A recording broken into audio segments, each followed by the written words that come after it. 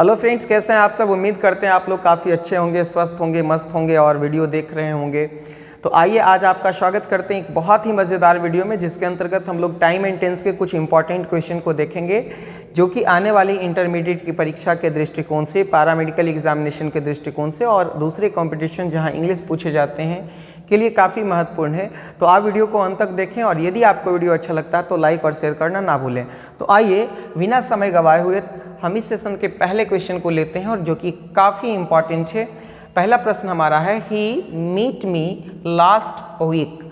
अब देखिए यहाँ पे ध्यान से कि इस सेंटेंस को अगर हम फोकस करते हैं तो यहाँ पे टाइम ऑफ एडवर्ब के रूप में लास्ट लगा है। तो मुझे एक बात याद रखना है यहाँ कि जिस भी सेंटेंस में टाइम ऑफ एडवर्ब के रूप में लास्ट लगा हो, पास्ट लगा हो, अगो लगा हो, बिफोर लगा हो, स्टरडे लगा हो, इस तरह के अगर कोई भी शब्द किसी भी सेंटेंस में टाइम ऑफ एडवर्ब के रूप में मौजूद हो तो उस परिस्थिति में हम लोग उसे सिंपल पास्ट में समझेंगे। और सिंपल पास्ट टेंस का जो हमारा स्ट्रक्चर होता है, सब्जेक्ट प्लस V2 प्लस क्या होता है, ऑब्जेक्ट। यानी यहाँ पे मीट का दूसरा रूप हमारा लगेगा, और मीट का जो दूसरा रूप होता है वो होता है मेट, MET। यानी ऑप्शन नंबर सी हमारा बिल्कुल सही जवाब है। अगले प्रश्न की तरफ चलते हैं। क्वेश्चन है, it is time you go home. आइए इस प्रश्न के डिस्कशन को हम लोग देखते हैं। यहाँ पे हम लोग को ध्यान देना है कि it is time, it is high time और इट इज टाइम अबाउट के बाद अगर कोई क्लाउज आता है तो वो क्लाउज किस में माना जाएगा, तो वो क्लाउज सिंपल पास्ट में माना जाएगा। यानी it is time, it is high time, it is time about के बाद आने वाला जो क्लाउज होगा वो सिंपल पास्ट फॉर्म में होगा। तो अगर बात करें इस क्लाउज की, इस सेंटेंस की, तो ये सिंपल पास्ट में होंगे। तो गो का हमारा जो पास्ट फॉर्म होता है वो होता है वेंट। यानी इस प्रश्न का बिल्कुल सही जवाब हो जाएगा ऑप्शन नंबर डी। चलते हम लोग अगले प्रश्न की तरफ। हमारा अगला क्वेश्चन है, if he were a bird he would fly. यहाँ ये सेंटेंस को अगर आप गौर से देखते हैं तो ये सपोजिशनल सेंटेंस है। सपोजिशनल सेंटेंस का मतलब जिसमें कल्पना की गई हो, माना गया हो। तो ये जो सपोजिशनल सेंटेंस होते हैं वो मोस्टली किससे शुरू होते हैं, इफ से शुरू होते हैं, एज इफ से शुरू होते हैं, द से शुरू होते हैं, इस तरह से एज द से शुरू होते हैं। इनसे शुरू होने वाले वाक्य जो है वह सपोजिशनल सेंटेंस होते हैं। अब यहाँ पर देखिएगा क्या है कि यहाँ पे सब्जेक्ट है ही।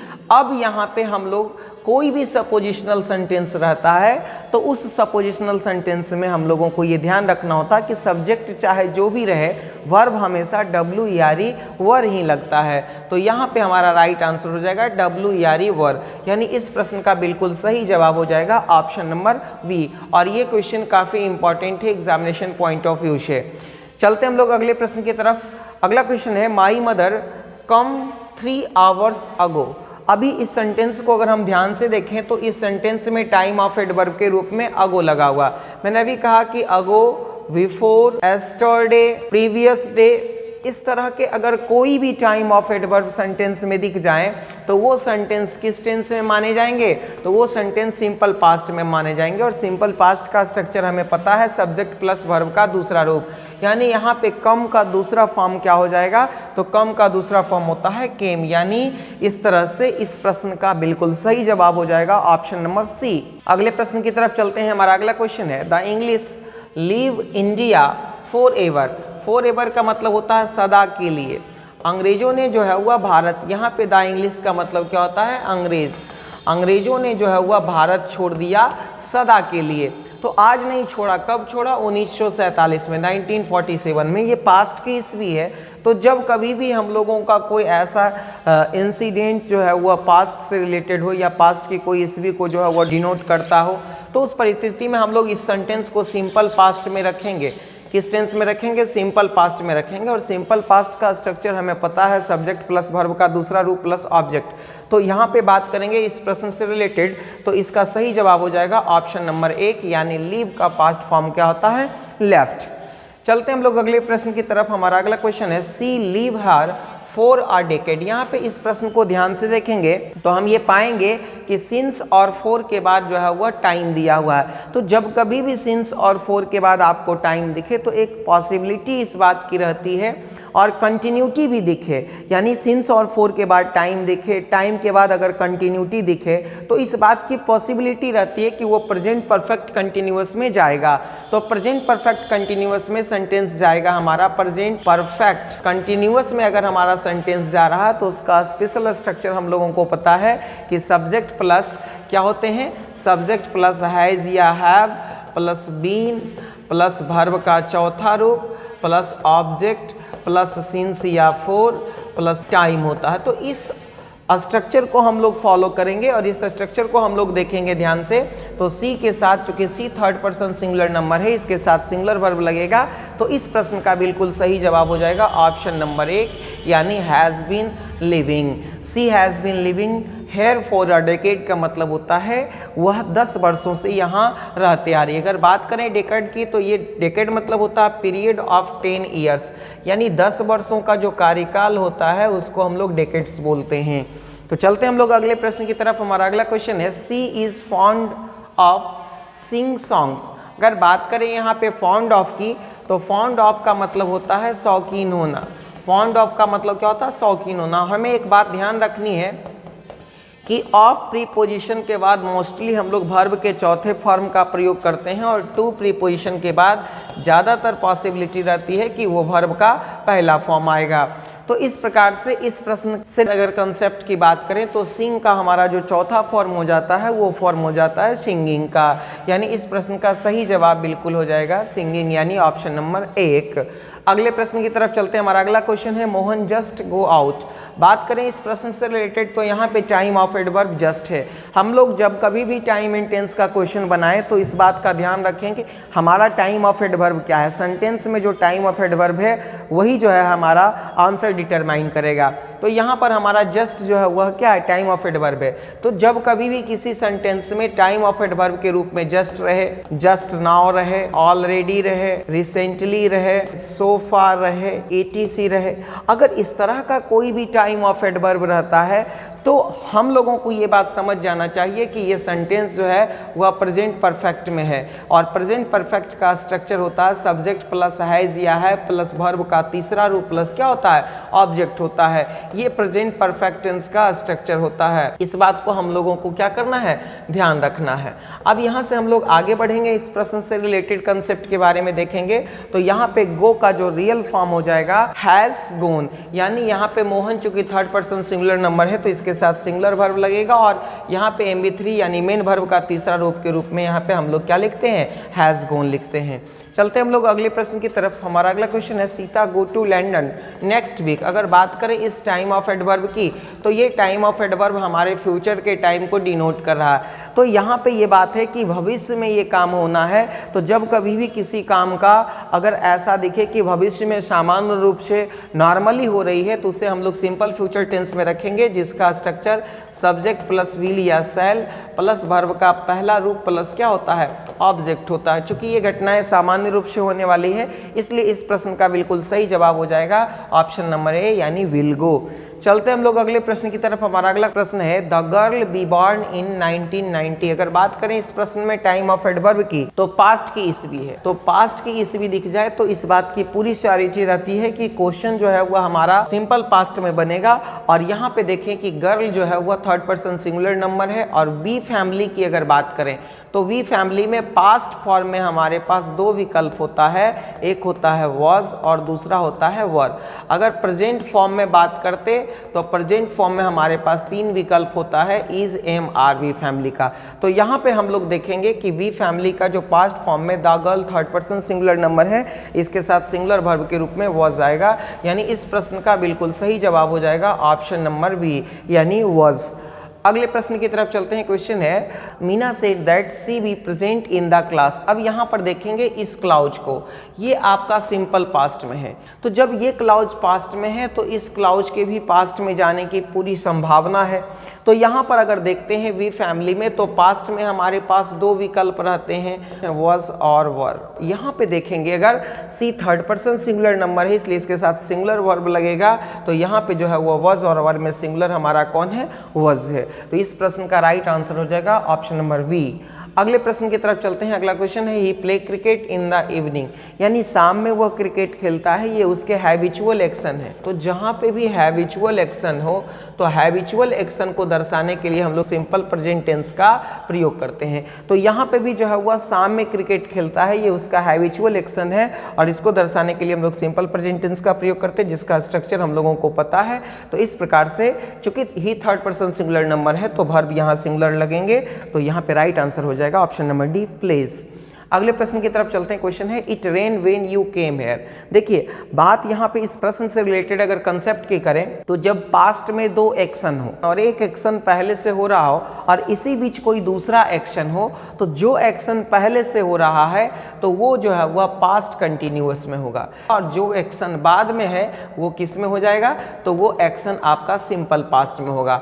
अगर बात करेंगे यहाँ पे तो देखिए क्या है कि जब वह यहाँ आया तो उस समय बारिश हो रही थी, यानी बारिश पहले से हो रही थी और इसी बीच उसका क्या होता है, आगमन होता है। तो जो घटनाएं पहले से हो रही है उसको दर्शाने के लिए हम लोग जो है वह पास्ट कंटिन्यूअस फॉर्म का प्रयोग करेंगे, यानी इस प्रश्न का राइट आंसर हो जाएगा वॉज रेनिंग। चूंकि it third person singular number है, इसके साथ सिंगुलर वर्ब लगेगा, तो इस प्रश्न का बिल्कुल राइट आंसर हो जाएगा ऑप्शन नंबर ए। अगले प्रश्न की तरफ चलते। क्वेश्चन है ही गो टू कॉलेज बाय बस टुडे। देखिए अगर बात करें इस प्रश्न में टाइम ऑफ एडवर्ब के रूप में तो टुडे है। टुडे का मतलब आज, आज का मतलब वो एक्शन जो हम देख पा रहे हैं और देख करके उसको बोल रहे हैं। तो वैसा एक्शन जो हम देख पा रहे हैं, जो देख करके हम बोल रहे हैं, वो तमाम एक्शन जो है वो प्रेजेंट कंटिन्यूअस टेंस में जाता है। तो अगर बात करें इस तरह के एक्शन की, इस तरह के सेंटेंस की, तो ये प्रेजेंट कंटिन्यूअस टेंस में जाएंगे। और प्रेजेंट कंटिन्यूअस टेंस का हमें स्ट्रक्चर पता होता है कि subject plus auxiliary verb plus verb का चौथा रूप प्लस क्या होता है, ऑब्जेक्ट, और ऑक्सिलरी वर्ब के रूप में यहाँ पे क्या होते हैं, इज, एम, आर होते हैं। तो यहाँ पर देखिए क्या है, ही गो टू कॉलेज बाय बस टुडे, यानी आज वह बस से जा रहा है कॉलेज। तो इस परिस्थिति में हम लोग इस सेंटेंस को प्रेजेंट कंटिन्यूअस फॉर्म में रखेंगे, यानी इस प्रश्न का राइट आंसर हो जाएगा ऑप्शन नंबर बी, यानी इज गोइंग। अगले प्रश्न की तरफ चलते हैं। क्वेश्चन है this house is consisting of 5 rooms, यानी इस घर में कितने कमरे हैं, 5 कमरे हैं। यहाँ पे हम लोगों को एक बात का ध्यान रखना है कि एक फ्रेज है कंसिस्ट ऑफ। कंसिस्ट ऑफ का मतलब होता है रखना या से बना होना, यानी यह घर जो है यह 5 कमरे का बना हुआ है या 5 कमरों से मिलकर के बना हुआ है। तो इस परिस्थिति में देखेंगे कि ये नॉर्मल एक स्टेटमेंट बेस्ड सेंटेंस है। तो जो भी स्टेटमेंट बेस्ड सेंटेंस रहता है वो सिंपल प्रेजेंट टेंस में रखे जाते हैं। तो यहाँ पर दिस और थर्ड पर्सन सिंगुलर नंबर है, ये सिंगुलर वर्ब है, इस बात का हम लोगों को ध्यान रखना है। तो यहाँ पे भी हमारा वर्ब क्या होगा, सिंगुलर होगा, यानी इज कंसिस्टिंग के जगह हमारा राइट आंसर हो जाएगा कंसिस्ट्स ऑफ, यानी यह घर 5 कमरे का बना हुआ है या इस घर में 5 कमरे हैं, यानी ऑप्शन नंबर ए बिल्कुल सही जवाब है। अगले प्रश्न की तरफ चलते हैं। क्वेश्चन है सी इल फॉर 3 डेज। बात करें यहाँ पे टाइम ऑफ एडवर्ब की तो 4 लगा हुआ है, लेकिन यहाँ पर इल यानी बीमार है। तो इस तरह के सेंटेंस को हम लोग जो है वह प्रेजेंट परफेक्ट फॉर्म में रखते हैं। तो यहाँ पर जो है वह राइट आंसर क्या हो जाएगा, she has been ill for 3 days, यानी वह 3 दिनों से क्या है, बीमार है। अगले प्रश्न की तरफ चलते हैं। अगला क्वेश्चन है ही जस्ट पोस्टेड द लेटर।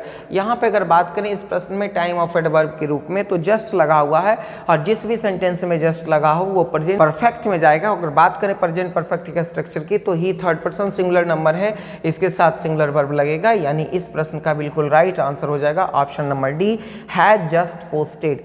अगले प्रश्न की तरफ चलते हैं। क्वेश्चन है what is the past participle form of verb गो।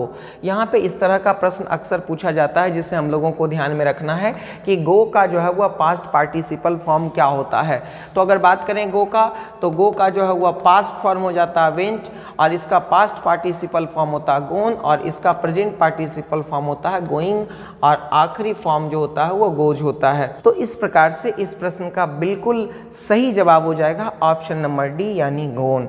अगले प्रश्न की तरफ चलते हैं। हमारा अगला क्वेश्चन है luck is favouring the laborious. ये एक स्टेटमेंट है। जो भी स्टेटमेंट है, जो भी कथन है, वो सभी किस टेंस में होते हैं? तो सभी सिंपल प्रेजेंट टेंस में होते हैं। तो luck is favouring the laborious यानी भाग्य भी मेहनती लोगों का क्या देती है? साथ देती है, मेहनती लोगों का सहारा करती है। तो यहाँ पर luck third person singular number है, इसके साथ सिंगुलर वर्ब लगेगा, तो इस प्रश्न का बिल्कुल राइट आंसर हो जाएगा फेवर्स, ऑप्शन नंबर बी। अगले प्रश्न की तरफ चलते हैं। क्वेश्चन है here is coming my brother.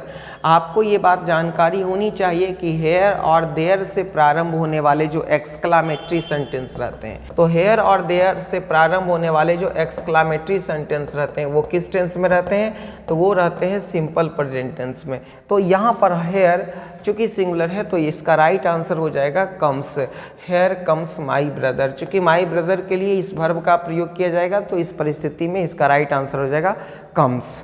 अगले प्रश्न की तरफ चलते हैं। हमारा अगला क्वेश्चन है we considering that we should deal with. एक फ्रेज है यहाँ पे जिसका मतलब होता है डील विथ का मतलब होता है व्यवहार करना, और एक फ्रेज होता है डील इन का जिसका मतलब होता है व्यापार करना। तो आगे चलते हैं हम लोग कि we considering that we should deal with the problem carefully. हम लोगों को ये मानना चाहिए कि हम लोग कोई भी समस्या हो उस समस्या को हम लोग सावधानी पूर्वक सतर्कता से डील करें, उसको अच्छे से निपटारा करें। तो ये हम लोग जो है वह क्या है, एक स्टेटमेंट दे रहे हैं, एक एडवाइस दे रहे हैं, और तमाम जो स्टेटमेंट है एडवाइस और सिंपल प्रेजेंट टेंस में होता है। वी फर्स्ट पर्सन का प्लूरल नंबर होता है, इसलिए इसके साथ प्लूरल वर्ब का प्रयोग करेंगे, यानी इस प्रश्न का बिल्कुल सही जवाब हो जाएगा ऑप्शन नंबर बी कंसीडर। अगले प्रश्न की तरफ चलेंगे। हमारा अगला क्वेश्चन है it is more than 4 years since I see you. कहते हैं कि 4 वर्ष से अधिक हो गए आपको देखे हुए। तो इस परिस्थिति में यहाँ पर प्रेजेंट परफेक्ट में हो जाएगा, तो यहाँ पे इस प्रश्न का बिल्कुल राइट आंसर हो जाएगा हैव सीन, यानी it is more then 5 years, 5 वर्ष से अधिक हो गए हैं, since I have seen you, मैंने तुम्हें देखा है या मुझे तुम्हें देखे हुए। अगले प्रश्न की तरफ चलते हैं। हमारा अगला क्वेश्चन है you not complete your homework so far. अगर बात करें इसमें टाइम ऑफ एडवर्ब के रूप में सो फार लगा हुआ, और जिसमें भी टाइम ऑफ एडवर्ब के रूप में सो फार लगा हो वो तमाम सेंटेंस जो है वह प्रेजेंट परफेक्ट टेंस में जाते हैं। और अगर बात करें यहाँ पे सब्जेक्ट की यू के साथ हमारा हैज़ और हैव में कौन सूट करेगा? तो हैव सूट करेगा। और नोट को रखना है, ये ऐसा क्वेश्चन बता रहा है तो नोट हम लोगों ने दे दिया। और कंप्लीट का तीसरा रूप क्या होता है? कंप्लीटेड, यानी इस प्रश्न का बिल्कुल सही जवाब हो जाएगा ऑप्शन नंबर ए। अगले प्रश्न की तरफ चलते हैं। हमारा अगला क्वेश्चन है she never gets up early in the morning. बात करें अर्ली इन द मॉर्निंग, सुबह में सवेरे, सी नेवर कभी नहीं, गेट्स अप जगती है, अर्ली इन द मॉर्निंग सुबह में सवेरे, यानी उसकी हैबिट में शामिल है, आदत में शामिल है। तो जहाँ पे भी बात करेंगे अगर हैबिट की, जहाँ पे बात करेंगे आदत की, तो सिंपल प्रेजेंट टेंस में होगा। और यहाँ पे मेन वर्ब है, और मेन वर्ब के पहले हम लोगों को याद रखना है कि नेवर, ऑलवेज, इस तरह के जो भी टर्मिनोलॉजी हैं उनको हम लोग मेन वर्ब के पहले रखेंगे। तो यहाँ पर देखिए सिंपल प्रेजेंट टेंस में हो जाएगा। तो सी थर्ड पर्सन सिंगुलर नंबर है, इसके साथ सिंगुलर वर्ब गेट्स अप, बिल्कुल राइट आंसर है। इसमें किसी प्रकार का कोई इंप्रूवमेंट नहीं होगा, यानी बिल्कुल सी नंबर ऑप्शन होगा, यानी यहाँ पे गेट्स अप बिल्कुल सही जवाब है, यानी नो इंप्रूवमेंट। अगले प्रश्न की तरफ चलते हैं। हमारा अगला क्वेश्चन है कि अल्तमस वियर अ ब्लैक स्वेटर टुडे, यानी अल्तमस जो कि एक नाम है आज काला स्वेटर पहन रखा है, यानी जिस समय हम देख रहे हैं, जिस समय हमने ये बात कही है उस समय वो स्वेटर पहने हुए था। तो उस परिस्थिति में हम लोग जो है वह उस एक्शन को प्रेजेंट कंटिन्यूअस टेंस में रखेंगे, यानी इस प्रश्न का बिल्कुल सही जवाब होगा इज वियरिंग, यानी अल्तमस आज जो है वह काला स्वेटर जो है वह पहने हुए है। चलते हैं अगले प्रश्न की ओर। हमारा अगला प्रश्न है the patient died before the doctor arrived. यहाँ पे देखिए क्या है, इस क्लाउज को हम लोग सिंपल पास्ट में देख पा रहे होंगे, ये सिंपल पास्ट में है। और यहाँ पे देखिए 2 एक्शन है। जब पास्ट टाइम में 2 एक्शन हो और एक एक्शन दूसरे के बाद हो, यानी एक एक्शन दूसरे के खत्म होने के बाद शुरू होता है, तो उस परिस्थिति में हम लोग जो है वह जो एक्शन पहले खत्म होता है उसको हम लोग पास्ट परफेक्ट में रखते हैं और जो एक्शन बाद में होता है उसे सिंपल पास्ट में। तो चूंकि यहाँ पे डॉक्टर के पहुँचने का काम जो है वह बाद में हुआ, इसलिए ये सिंपल पास्ट में चला जाएगा। और बात करें इस क्लाउज की, जो पहले काम हुआ वो किस में हो जाएंगे, पास्ट परफेक्ट में होंगे। और बात करें पास्ट परफेक्ट के स्ट्रक्चर की, तो subject plus had plus verb का तीसरा रूप प्लस क्या होता है, ऑब्जेक्ट होता है। तो इस प्रकार से यहाँ पे हमारा राइट आंसर हो जाएगा द पेशेंट हैड डाइड, यानी रोगी जो है वह क्या हो गया था, मर गया था, तब डॉक्टर साहब वहाँ पहुँचे। यानी इस प्रश्न का सही जवाब हो जाएगा ऑप्शन नंबर डी। अगले प्रश्न की तरफ चलते हैं। अगला प्रश्न है honesty be the best policy. ये एक कोट है, एक स्टेटमेंट है। तो जो भी कोट या स्टेटमेंट होते हैं वो सारे के सारे प्रेजेंट टेंस में माने जाते हैं। और यहाँ पर देखेंगे वी फैमिली, तो वी फैमिली में हमारे पास प्रेजेंट में 3 विकल्प होता है, इज, एम, आर। तो इज, एम, आर हमारा प्रेजेंट में 3 विकल्प होता है। और इसमें हम लोग ध्यान से देखेंगे कि ऑनेस्टी चूंकि थर्ड पर्सन सिंगुलर नंबर है, इसलिए हम लोग जो है वो इसके साथ सिंगुलर वर्ब का प्रयोग करेंगे। यानी यहाँ पे जो है इसका राइट आंसर हो जाएगा ऑप्शन नंबर 1 यानी इज। चलते हैं अगले प्रश्न की तरफ। हमारा अगला प्रश्न है ही ऑलवेज कम लेट। बात करें मेन वर्ब के पहले ऑलवेज, नेवर, इन सबों का प्रयोग हम लोगों को करना है। तो वह हमेशा लेट आता है, देरी से आता है। तो यहाँ पे क्या है, उसकी आदत है। ये टाइम ऑफ एडवर्ब हमारा ऑलवेज ये बता रहा है कि ये आदत है उसकी, आदतन लेट है वो। तो जितने भी आदत हैं, हैबिट हैं, जो रेगुलर हैं, रिपीटेड हैं, उन तमाम चीज़ों को, उन तमाम एक्शंस को दर्शाने के लिए सिंपल प्रेजेंट टेंस का प्रयोग करते हैं। चूंकि यहाँ ही थर्ड पर्सन सिंगुलर नंबर है तो इसके साथ सिंगुलर वर्ब का प्रयोग करेंगे। यानी इस प्रश्न का बिल्कुल सही जवाब हो जाएगा ऑप्शन नंबर डी यानी कम्स। अगले प्रश्न की तरफ चलते हैं। हमारा अगला क्वेश्चन है ही लाइक हॉट मिल्क, यानी वह गर्म दूध पसंद करता है। ये उसकी आदत है, उसकी हैबिट है, उसका नेचर है कि गर्म दूध पसंद करता है। तो आदत को दर्शाने के लिए, हैबिट को दर्शाने के लिए, नेचर को दर्शाने के लिए हम लोग सिंपल प्रेजेंट टेंस का प्रयोग करते हैं। यानी ही थर्ड पर्सन सिंगुलर नंबर है, इसके साथ सिंगुलर वर्ब लगेगा। यानी ऑप्शन नंबर 20 बिल्कुल सही जवाब होगा। अगले प्रश्न की तरफ चलते हैं। क्वेश्चन है ही इज कम टुडे। बात करें टाइम ऑफ एडवर्ब की इस सेंटेंस में, तो टुडे, टुडे मतलब आज, आज मतलब हमने जो देखा। Action which is continue at the time of speaking, मतलब बोलने वक्त जो एक्शन हो रहा है। तो यहाँ पर जो है वह हमारा राइट आंसर हो जाएगा कम की जगह वर्ब का चौथा फॉर्म का प्रयोग करना, यानी प्रेजेंट कंटिन्यूअस टेंस का। तो इसका सही जवाब हो जाएगा ऑप्शन नंबर ए। तो दोस्तों उम्मीद करते हैं कि आपको ये वीडियो काफ़ी अच्छा लगा होगा, और यदि आपको अच्छा लगा है तो आप लाइक और शेयर करना ना भूलें, और अच्छा लगा है तो आप कमेंट बॉक्स में जा कर के कमेंट जरूर करें। बहुत बहुत धन्यवाद।